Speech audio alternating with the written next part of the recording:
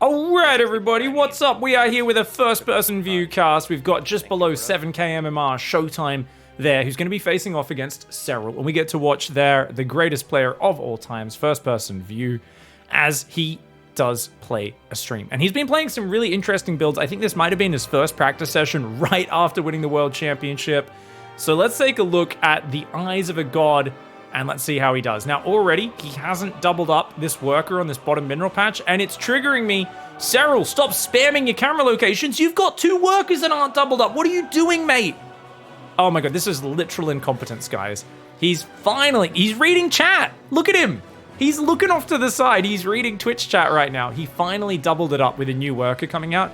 He lost at least 2 minerals from this, guys. This is honestly embarrassing, Serral. Letting me down, buddy. One of the most perfect players, just not showing that attention to detail I expected, and I'm a little bit upset with it. I'm a little bit upset, what can I say? Now, some of you watching may not be familiar with the first-person view format. We're probably not going to be able to hear anything he says, but if there is an interesting and emotional kind of outburst from him or anything like that, I will do a quick rewind here as we are, of course, just streaming his first-person view. This is just a ladder game. As you could see, the match against Showtime with the MMR of both players on screen. That's what shows us exactly what we are in for, and he's going to be going just for a hatchery gas pool. Now, interestingly enough, the players are aware that this was played the day before the balance patch was announced. So I think the players already knew what was coming, though. So I'm interested to see if the players have changed up the meta. Now, for those of you who aren't up to date, essentially with the balance patch, queens are not going to be able to transfuse off creep, which means walking your queens across the map to attack a Stargate player, as you know, a Protoss player who's trying to defend with just a couple Void Rays, use your queens to take those down while your roaches and lings overwhelm. That's just no longer a viable strategy. You'd need to either get a lair and then drop creep out of overlords, use a drop overlord maybe to bring them along and then drop creep, or use a Nidus Worm. This, though, was played the day before the patch, so that's not necessarily going to come into play. This is still going to be potentially heavy Void Rays versus Mass Queens. We'll see exactly how it plays out. The Overlord gets to the front of the base, and you're going to notice here, he's full on 1 base, and as he gets to 100 gas here, he starts pulling off gas, starts ling speed immediately, and interestingly, he's left 2 workers on gas, which tells me he might be thinking about... In the old days, that would mean he's thinking about Overlord speed. That's very peculiar right now. He hasn't moved out to take a 3rd base just yet. Serral right now, he sees that the warp gate is not spinning. So he looked at the cyber core and it just started spinning now at 2 minutes 40 almost, which means the Protoss player, Showtime, has started an Adept. He's then started the Stargate, and only after that has he started his warp gate research. So this tells Serral he's going to be going up against Stargate even without seeing the Stargate. Now, obviously, there are mind game builds where the Protoss player delays the warp gate to pretend that, and they're actually going Twilight Council in the back. And this is a small map where that sort of build order is more common. So Serral's still going to try to get a Zergling in if he can, maybe poke the Overlord in a little bit deeper to try and confirm exactly what else is going on. I think if he were to see a Stalker come out of the gateway now, he would be more likely to expect Twilight Council or Robo, because if there's no Void Ray, well, he can just fly in and see and confirm, oh, you're building oracles. If there's no Stalker, he can fly in and confirm, oh, there's, Twilight Council, Robo, this sort of stuff. Now, he does drop a 3rd base. It's a very late 3rd after Lair. Okay, so he's gone for the quick Lair. Okay, this is a really interesting build order, guys. Serral is rushing a Lair. Is he going 2 base muter? He's going straight for 4 gases. This is a bizarre build order, and I think he's already preparing builds for the new patch. This was what I was thinking he'd be doing, guys. So this is going to give him a really early scout with an Overseer when that finishes. For now, he sees another gateway, he sees a depths building. Notice he hasn't built Spore Crawlers, but because he hasn't taken his 3rd early, he's got enough queens to defend 2 mineral lines. 2 queens easily defends an Oracle. He wouldn't be able to defend his 3rd base yet, but he doesn't need to because number 1, it's later. Number 2, he's taking 4 gases, so it's going to take him a lot longer to fill up these 2 bases. And he thinks it's Glaive Adepts right now. But wait, no, it is Oracles. Okay, it is Oracles. Because these Oracles waited so long, he started to think it was that fake out I was talking about where they pretend it's Stargate, but they're actually going Twilight. So he thought it was the fake. Showtime tried to get him to be convinced it was the fake. And oh, he can't quite get the Oracle. So he loses a couple drones there. Still not too bad. You could see he pulled his drones together, stacked them on top of each other, so that the oracles couldn't easily focus fire them, and the moment one of those oracles was in the red, Showtime had to pull out. So you can see here, Serral's kind of like, what are you doing? But interestingly, this is not a Spire. he's actually rushed a Hydra Den. So this is a 2-base Hydra build.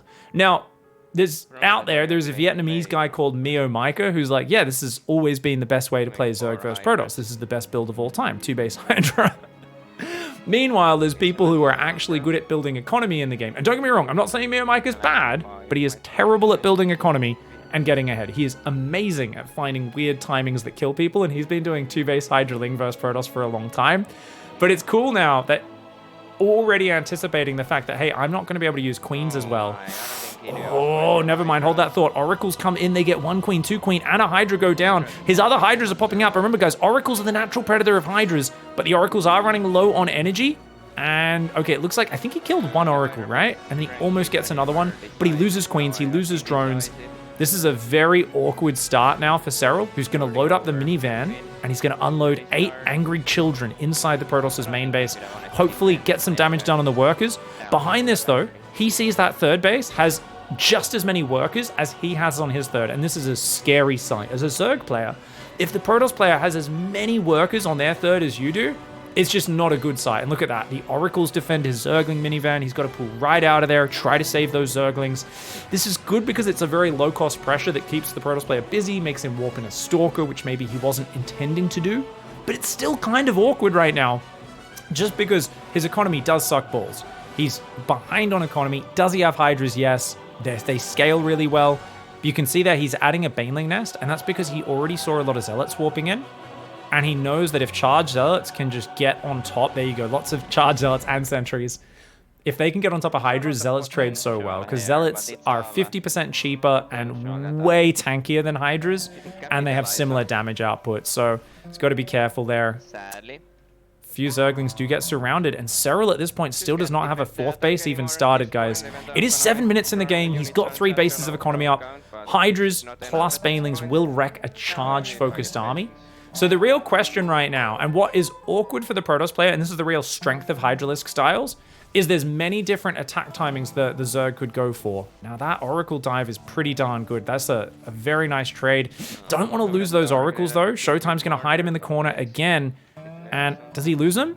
Oh, I think he's left it a little close. No, should be able to recall those out. So anyway, the point being, guys, is as the Protoss, how do you get to splash damage from here? Whether it be Storm, Disruptors, Colossus, how do you get from just Zealots, Immortals, and Archons up to that next stage? Because Zealot, Immortal, Archon seems like a good army. It's not great versus Hydra Bane.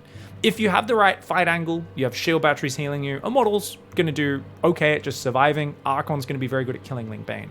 The problem is an arc of Hydralisks outranges everything but the Immortals, and well, you can say, oh, the Zealots counteract that though. Zealots can jump it up with the Hydras. The problem is if Zealots engage front on in a big ball, the Banelings are going to get massive detonations and take them out. So as Serral, you really do want to find a Hydra Bane timing attack here before Storm or Disruptors come out, or you want to transition into higher tech. And we do see the Infestation Pit on the way. The natural transition that I think of is Hydra Bane. And look at this, guys. Oh, 5 Hydras going down. Oh, that's a mistake from Showtime. He doesn't realize the Overlord has actually spotted his War Prism. Can he get it, Serral? 1, 2, 3, 4. He gets it. Oh, he gets it. And there's an Archon in the open. Notice he clicks right on that Archon. Bang. I think that was that a hallucination? I think that was a hallucination. I'm not sure. The Archon death animation looks a little funny. It's mostly mass Archon Zealot. This is a really low tier army for Showtime. Showtime is securing a 4th in the top after killing his Overlord that was pooing creep. You can see that creep on the minimap. But honestly, it's a scary army because if your Banelings don't stop the Zealots, if those Zealots can kind of surround and come in from every angle, it's just going to be hard to stop it. The plus side here is it's an expensive army in terms of just the number of Zealot Archon we saw, and it's not going to scale that well. So it feels like Showtime saying, I can't make my way to splash damage, has just gone for a massive Archon Zealot army. So let's just have the numbers. Let's make sure I split my army up now. And look at that. Oh, he's got Archon Zealot Sentry on both sides of the map at once. And he's going to do a bit of a split push. How does Serral split his army in response? Because it's going to be really hard to make sure those Banelings are connecting with the Zealots if there's 2 fights going on in different areas at the same time. And this would be especially difficult if there was a Warp Prism in his Bane. So let's be real, guys. Serral would be in so much more trouble if he didn't snipe that Prism. Because not only would those 2 armies be there, but Showtime would have warped in 10 Zealots in the main base, and he'd be defending his 3rd and 4th. And the question is, like I said, how do you get your Banelings to connect? You're just not. the Prism, and once again, Showtime's going for round 2 of the Prism down the bottom, which means his army may be arriving on the front. Lurkers have just morphed, so I think losing that first Prism has meant that Showtime has missed his timing, and oh, he does unburrow his Oracle, but it may be at the wrong moment. The Spore Crawler moves there, the Oracle comes on in. Now the Prism's out there in the edge. He's got a Spore and a few Hydras, and it looks like the Lurkers will defend these run-bys on the top. On the bottom, his army's looking all right. Psystorm has been added in for Showtime, but I feel like Showtime could have gone further up the tech tree, to be honest. Oh, he's sending his Lurkers for a big attack up the top is Serral. He's still got the Hydras patrolling on the bottom. He needs to make sure that Warp Prism does not get Zealots at his main. If Zealots get at his main, he is in so much trouble, man. Okay, he's going to come on into the main. No carriers whatsoever? No carriers whatsoever, Serral points out here. He's scouting. He's like, okay, the Forge is still spinning, but this is still a basic army from the Protoss player. So he's feeling kind of all right about this. His Lurkers, he keeps repositioning them, spreading them. You can see he's constantly monitoring where his units are, making sure he doesn't get caught out of position. I would feel really awkward here, just turtling with Lurkers. His creep's been pushed back in a corner. Interestingly, he never made Baneling speed, but if you think about it, it makes sense, right, guys? Because he's only using the Banelings as a precaution to stop the Zealots just jumping on him. So that's their only job is to kind of hang behind his army. When he fights, he really wants to pull the Banelings back and just wait. And then if the Zealots come in, he blows them up. If the Zealots never come in, he just keeps the Banelings as reservists and says, you can't engage with your Zealots the way you want to because these guys are the big threat.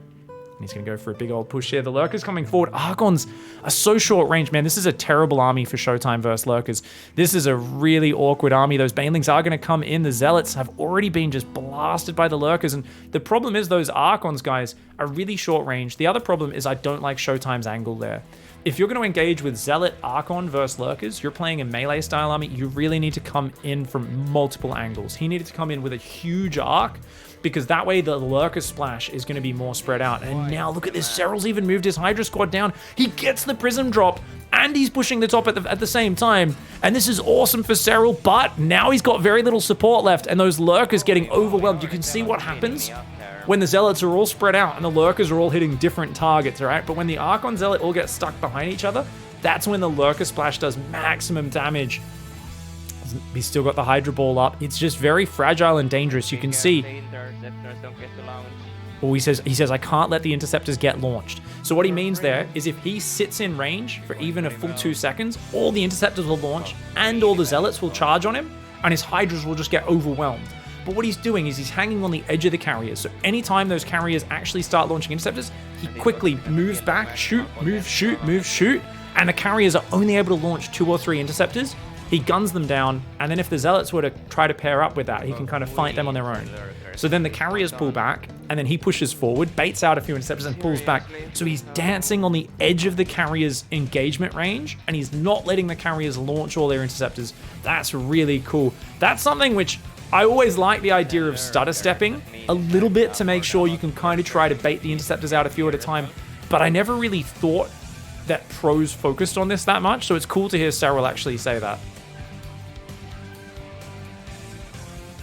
Okay, he's got some Lings looking around for a run, but I still don't know what his upgrades are right now. Unfortunately, we've got obviously his sponsor logos here on the stream and stuff, guys, so you can't really see the, down there in the bottom exactly what his upgrades are, but I believe he would have probably +2 melee, +2 range attack. Both attack upgrades, no armor upgrades in this scenario. Lovely, lovely abducts on those. And you'll notice the Lurkers are there to keep back the Storm, and then the Hydras will just gun down all the interceptors. And then if he can manage to get that abduct off without getting hit by feedback, that's going to be massive. The problem is, as that corruptor count grows, that's where things, or the carrier count grows, that's where it's going to become really awkward. If you get up to like 8 carriers, and especially if some big Psystorms land on the Hydras, sometimes the carriers can kill all your Lurkers while your Hydras are just busy running away from Psystorm. So it's going to be interesting to see how he pushes it. Obviously, a big economy advantage having that 4th base up, with Showtime's 4th only now being rebuilt. Queen, Spores walking forward on this short map. And it looks like he's just going to slow push with Spore, Lurker, Queen, Hydras, and Vipers backing it up. The Zealots are going to try to run around for a bit of multi-prong. I think that's a good idea. I'd like to see Showtime's Prism be a bit more active, trying to get into his main base again. Because that's just a winning equation. Even if Serral's so good at blocking it, the reason Serral's so good at blocking it is he always devotes about 5 Hydras, at least 4, to stop a Prism. So all you need to do is show Serral a Prism, even an empty Warp Prism. That's 2 supply, 250 minerals, and you're occupying 8 to 10 supply, 4 to 500 minerals, 200 to 250 gas of the Zerg. So just having that Prism threatening the drop in the main, even if you never end up using it, is always going to be winning because it forces the Zerg to split off more supply than you're actually using to get that reaction. So definitely something where sometimes players, oh, I can't get in there, it's not worth doing this. It's always worth doing it. Oh god, oh my god, storms, zealot flank, giant storms coming in. The lurkers are getting gunned down, but oh, one more big side storm. Good abducts on the carriers though. Very good abducts on the carriers, and I think Showtime was just a little down on army supply here, to be honest. But my queens were blocking me quite a lot there. Also, I didn't use half of my abilities. You could say that was the worst possible fight. My queens were blocking me, so I couldn't move back properly. I didn't use half of my abilities. So he's talking about fungal he didn't use many transfuses, his abducts were late. He says that was pretty much the worst fight it could have been, you could call it. So he was Serral very critical of how that fight went down. He's like, dude, my queens were behind my army when they're meant to be in front. They were blocking them from getting back. I wasn't transfusing, so he did not like the way that fight went.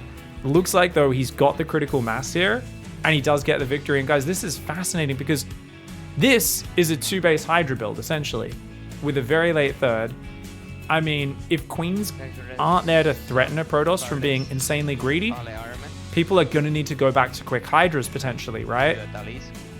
So to see Serral doing this is actually insane. And this is so fascinating because I really want to go back a little bit here, guys, and just, like, take a look. What the hell is this build? Let's just take a little look-see at the opening stage there one more time. That was a 16-minute game, so if we just go back about, what, 16 minutes in the VOD. Yeah. And let's take a look at that opening phase, guys. So what he does is he only pulls off 1 worker from gas when he starts Zergling speed. So that's the first thing that he does.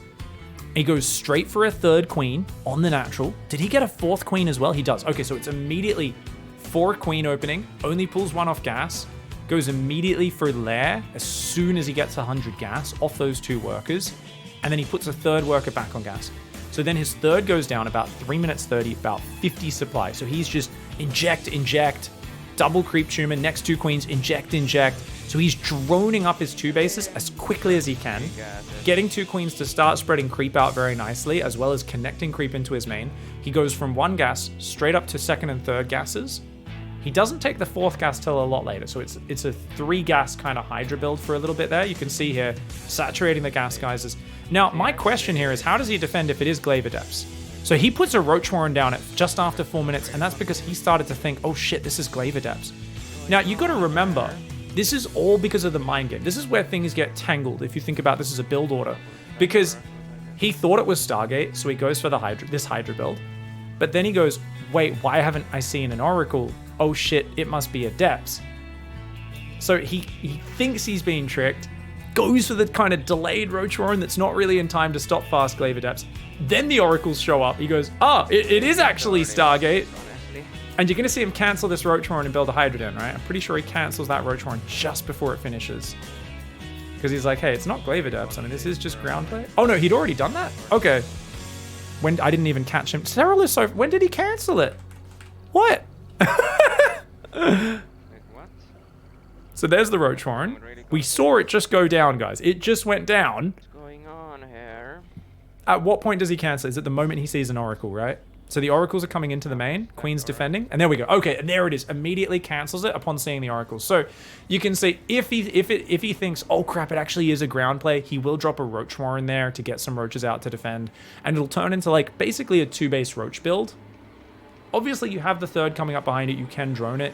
But essentially, this is a 2-base opening. And it's really cool to see the way this one plays out. I really like this as a way of getting up Hydras. And remember, if we wanted to do this like a baboon, we could just get 4 gases, make the Hydra move speed upgrade first, make maybe 12 Hydras, rally speedlings, and just go straight for a push on their 3rd base. And just threatening with that, I mean, you're going to force them to build all cannons, batteries, and a bunch of stuff. And they should be able to defend if they react quickly enough. But I imagine this is the sort of build that's probably just going to catch a lot of Protoss players with their pants down, especially now that Void Rays cost more. And you can always do that with like 5 or 6 Hydras, and then you can just go straight back into other units, right? You could just go straight back into droning your third, play Hydra Bane. In this case, it was basically, I'm going to play a Hydras, but what I liked about it is he didn't play full Hydra Bane. It was only single Evo Chamber all game. There was no Bane speed. And he went to Lurkers off the Hydras. So this was not, I'm going to sit on Hydra Bane for many, many, many minutes. It's, I'm going to use Hydra Bane just as a sort of transition force to get to the Lurker Viper late game. Really unique playstyle. I can't wait to see how this evolves as the patch is actually released, but you can see Serral's already preparing for it. Gets a nice win versus Showtime. Thanks for watching, guys. We'll see you in the next first person view video. Thanks for watching, gang.